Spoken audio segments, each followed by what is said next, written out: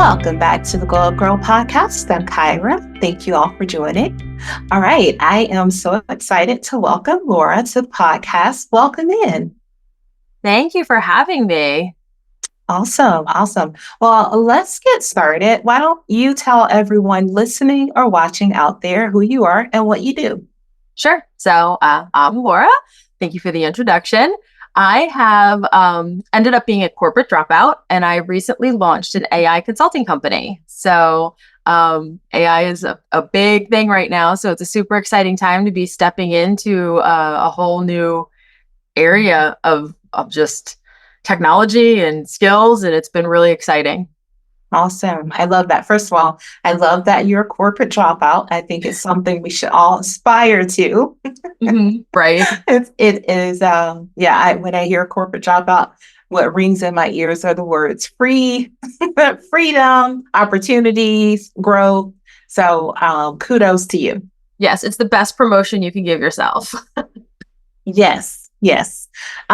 So let's talk about how did you get to the place that you are now? So what led you to these changes? Because I know you've gone through some changes in life and in your business to get to where you are today. Do you mind sharing with us? Yeah, absolutely. Nothing happens overnight, right? There was a time in my life where I was perfectly happy punching the clock, thinking that, that was going to be it. I'd found my path and I was just going to be happy. I had a good salary and health benefits and just roll with it. Right.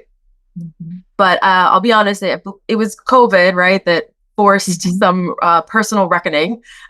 And during that time, my children were really young. I had a 2 and 5-year-old going into COVID, and I was an IT program manager.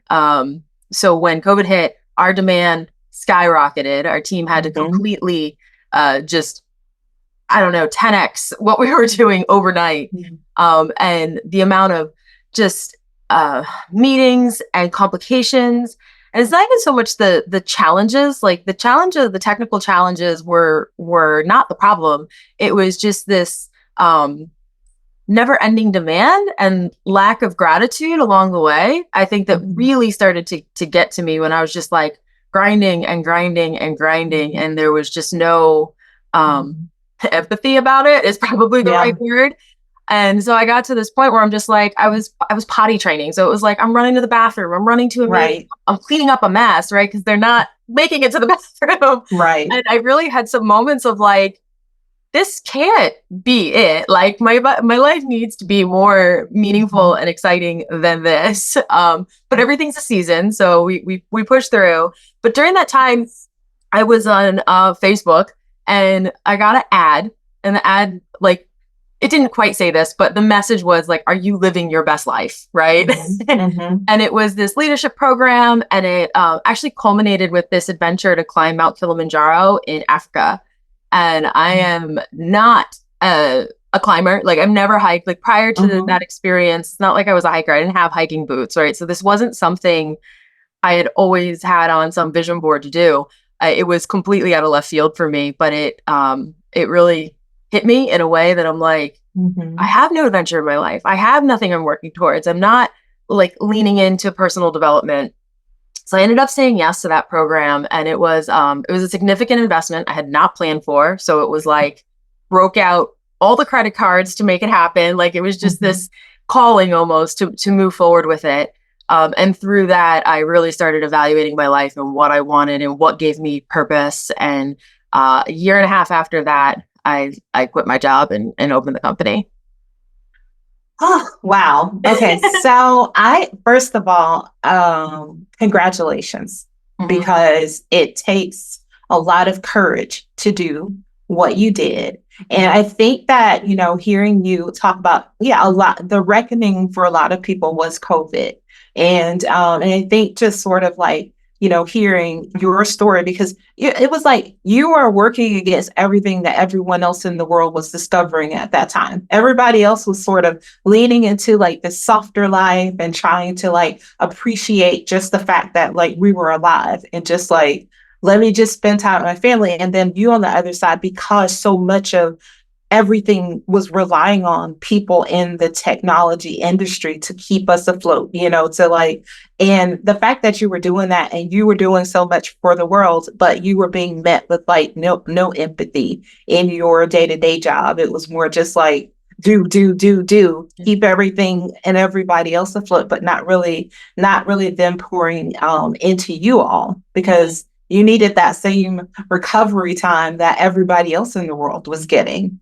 So I think like that's such an interesting moment. But what I do love is that you were open to a new opportunity and you embraced something like climbing Mount Kilimanjaro is like not on a lot of people's vision boards.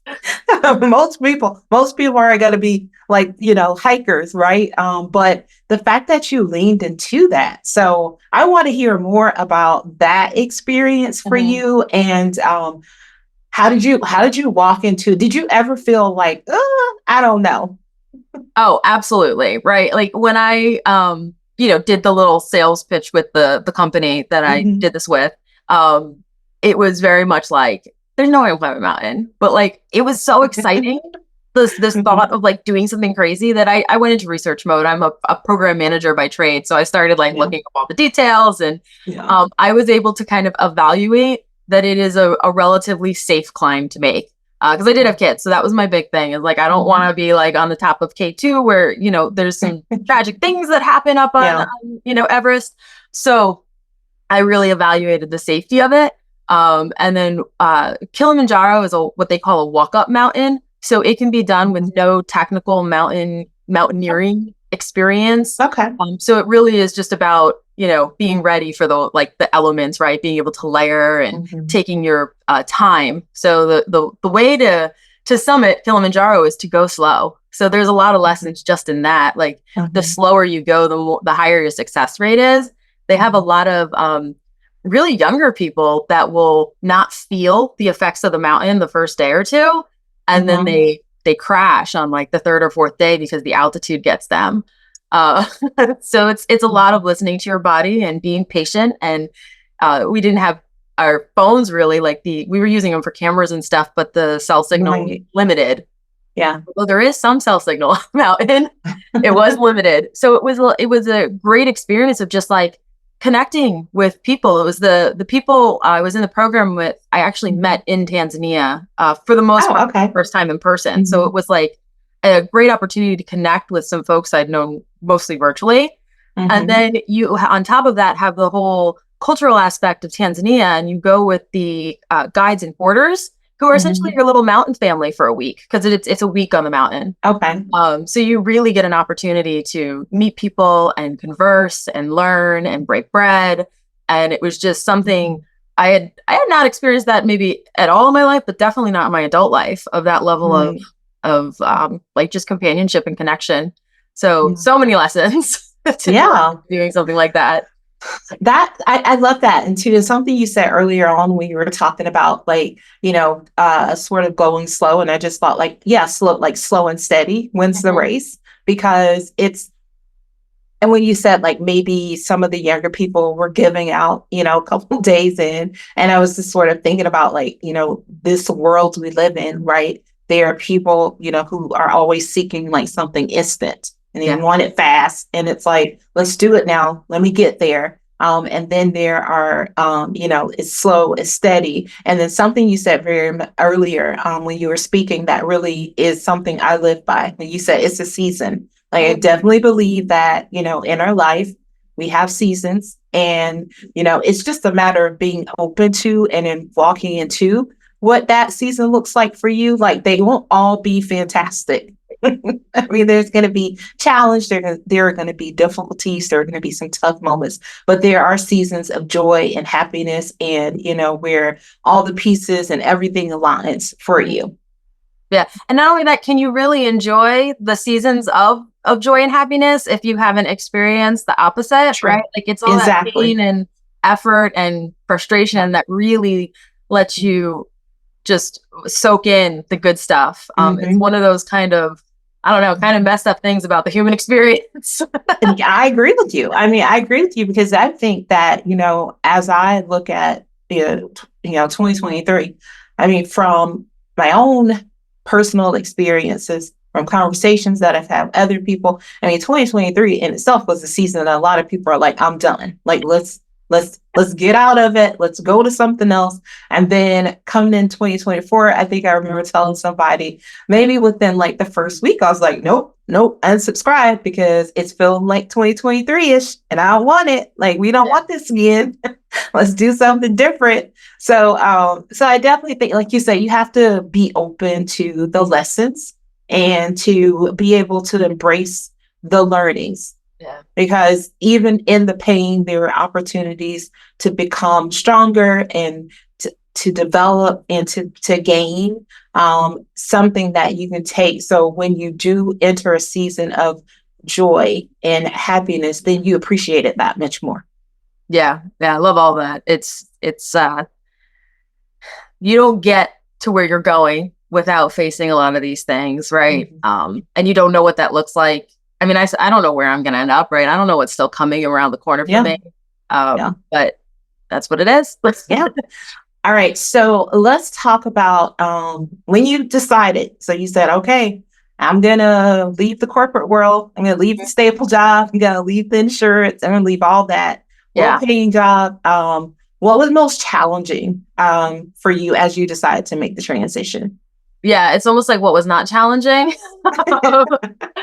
But I think mentally, it's making it all line up. Like, I did a lot of financial exercises because, I was not in a position of having like a big self-funding opportunity, right? So I had to like look at loans and I had to look at way to access funds. And there was just a lot of risk involved in this, right? Like it really is stepping into betting on myself.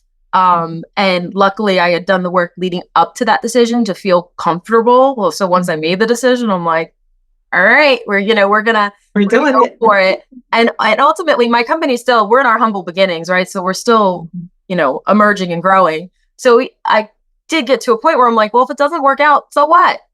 So what? Just, use the skills you have, go back and get a job, and it's not the end of the world. And I think like when I finally got to that breakthrough, if you will, I was able to step into things much easier and then just start to be like, okay, what do I need to learn? Who do I need to be, accessing? I've invested in some coaches to help me speed things up because I don't have the luxury of time, right? I don't have this big long runway to make things work. So I've leveraged expertise, and that's helping me navigate things, I think, at a pace I could never have done on my own.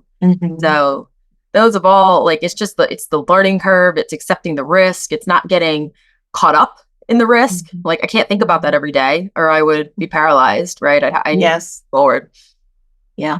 Okay, Laura, I just want to say, first of all, thank you. Thank you for that, because there are so many people, obviously a lot of people who listen and watch this show are people who are professionals, but a lot of times they are entrepreneurs on the side, and they have the hopes of walking, into their own businesses. And I think a lot of times the things that you mentioned, the fear that, holds us back from taking that risk of saying, like, I'm going to step out on my own. And I think a lot of times we want it to be perfect, right? We want to already be making like enough money to supplement our salary. And we want to have all those things in place in order for us to leave. But most times it doesn't work that way.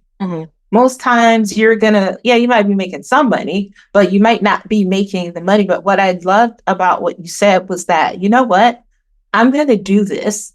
And if it doesn't work, I'm going to use the skills I have, and I may have to go back to a job. And I think that is the thing that a lot of times because I think people would see it as you're already thinking about, oh my gosh, it's going to look like a fail.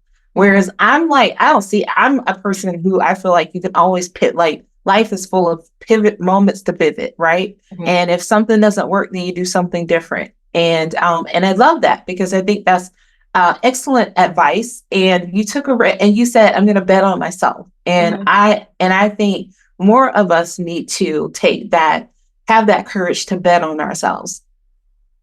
Yeah, it's kind of like if you're not going to win for yourself, Yeah. Yeah. it's not going to happen, right? It Yeah. becomes such a mindset game, right? I think so Mhm. much of the hesitation and the, it needing to be perfect. Like you want to go to your family dinner and be able to say you're crushing it, but that's not Mhm. realistic. Like you're not going to necessarily crush it the first even year or two, right? Like Yeah. when you really start to listen to some of these people who are crazy successful, they all have these crazy stories of hardship and Mhm. sacrifice of how they actually got there. There's, you Yeah. might hear the occasional person who's just well off and makes it, right? Or Yeah. hits on social media and they just skyrocket. But that's Yeah. not the normal path and story. Like Exactly. that's a Yeah. a few lucky people get something like that. Maybe that could be one of your listeners. I hope it is. But the Yeah. It's reality is that it just takes grit. doesn't yeah, doesn't always happen that way. And it just comes with like being open. Like you said, it's a mindset, and it's like being open to and sort of embracing the opportunities, but also like embracing the challenges as well, Yeah.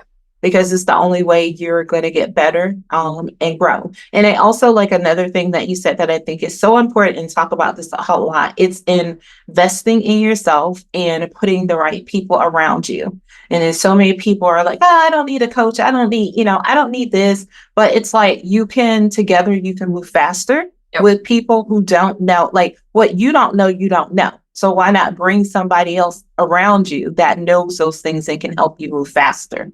Yeah, I mean, it's blind spots, right? You can't see everything. And then I had an experience where I was talking to one coach and I was walking through something and I was just like, why would this happen? And like, I couldn't rationalize it in my head. He said one sentence to me and I was like, oh, yeah, that's like so obvious.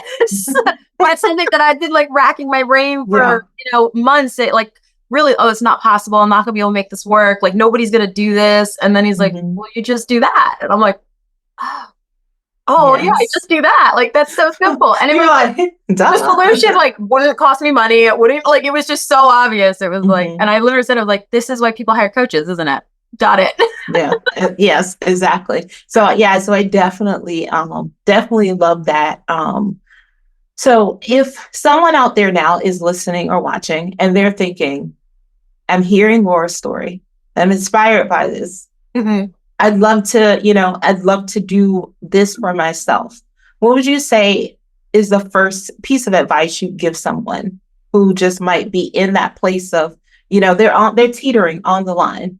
Yeah, it's a little bit of a two-phased kind of advice is really work on your mindset, right? If you are not in a place where you can fully like jump in and believe in yourself, you need to kind of evaluate why, right? So I think some of it, and I did this for months leading up to it. So this is like what helped me so much is that I was able to look at my life in a way of what do I want? What are my values?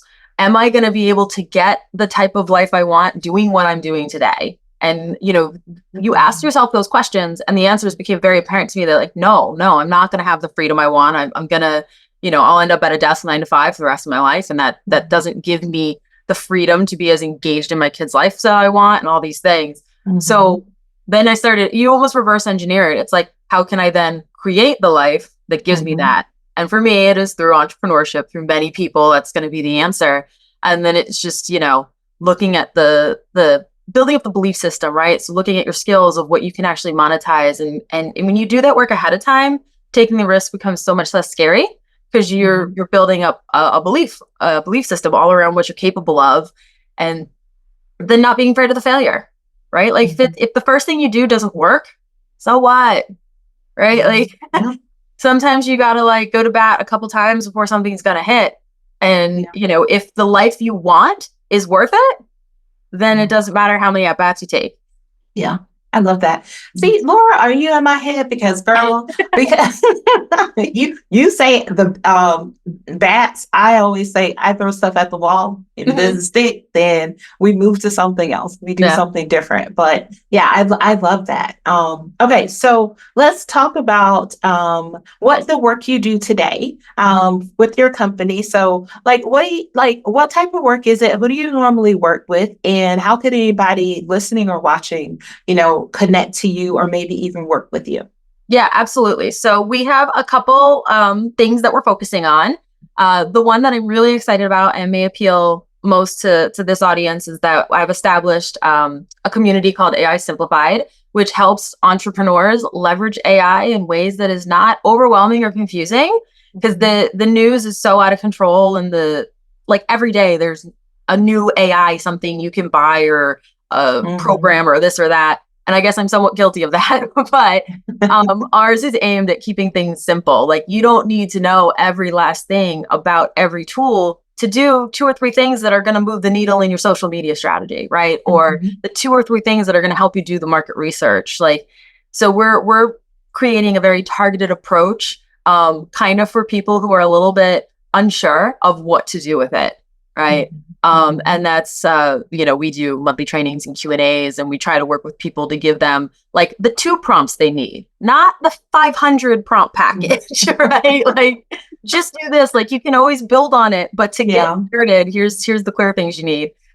So we have that. And then we are also working with health and wellness companies, where we're doing like more of a full-blown business assessment of where they can integrate AI to improve patient experiences, or customer outcomes, because we're covering everything from medical, dental to like spas, acupuncture, right? So we're working with those kind of businesses to do more advanced integrations and really get into some of the things that technology can do. So it's super exciting. Like, there's so much to cover.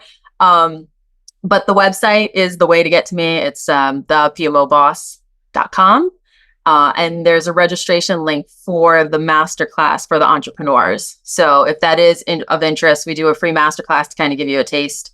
And then you can, see if it's something that you think you can learn from.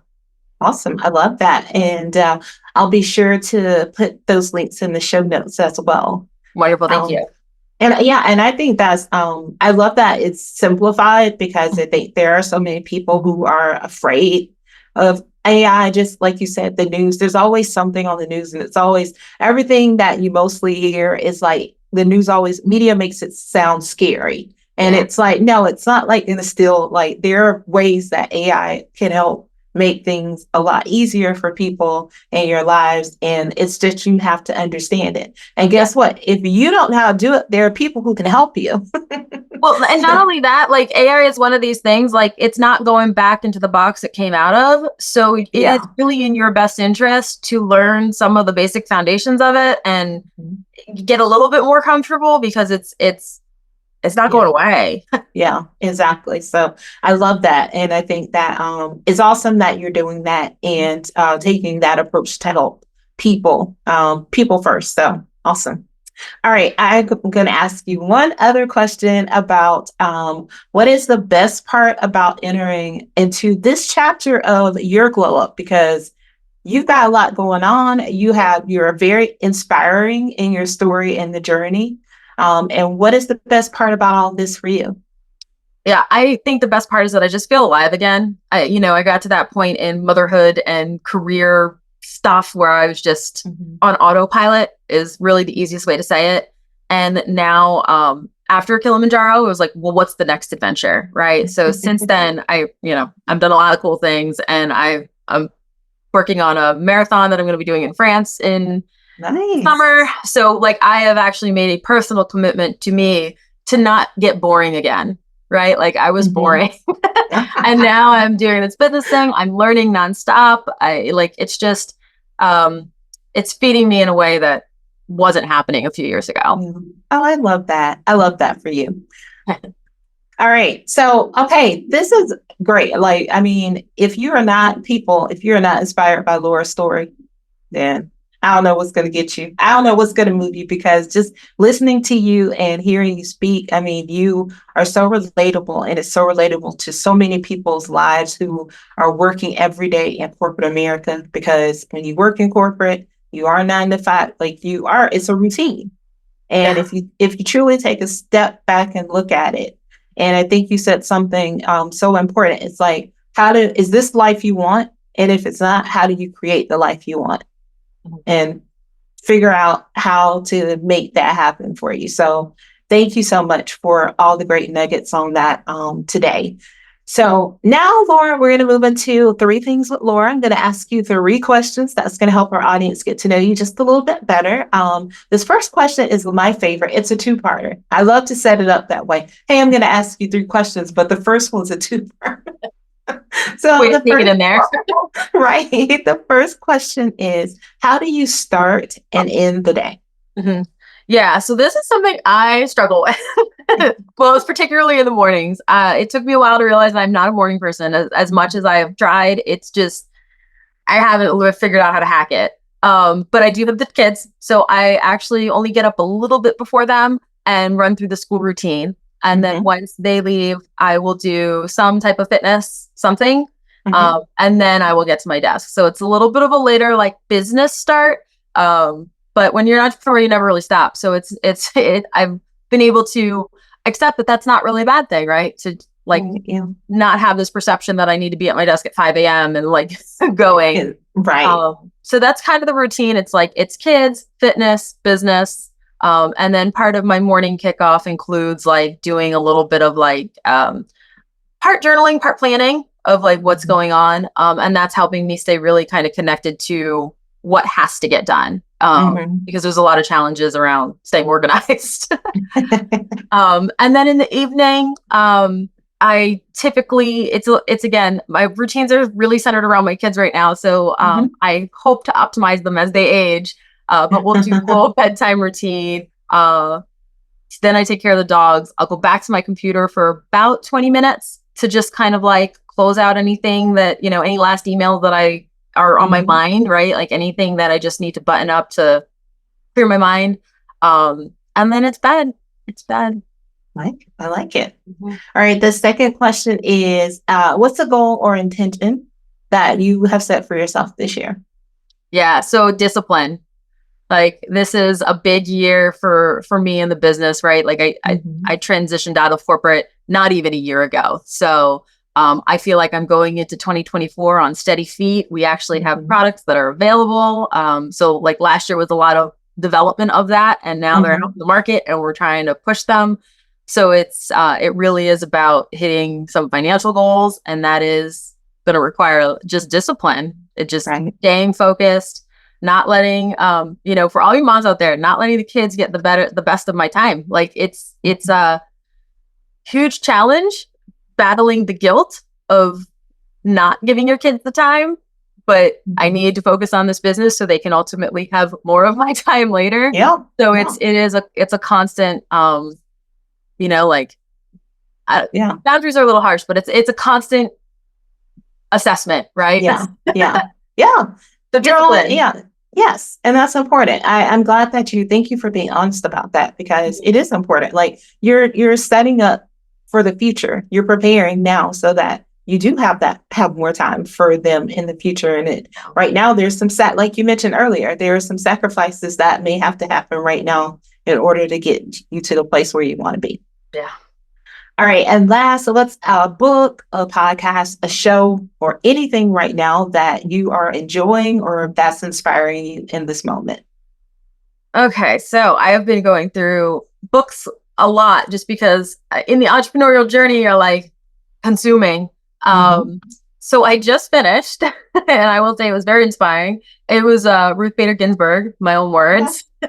So she, just listening to that, you take one person's life and what was accomplished in that life. And I think, I don't have aspirations to be on the Supreme Court, but it really just kind of highlights what is truly possible when you apply yourself. And like, just, that woman changed the course of history, right? Like of rights, and it just extreme impact, right? And so if I can even hit like a little bit of impact by helping businesses, like if the businesses I work with become more efficient, they will be able to spread their impact further, right? Their consumers will have a better experience. And it really is, it's all about positive impact for me. Like this is a huge opportunity to use a technology to become more human.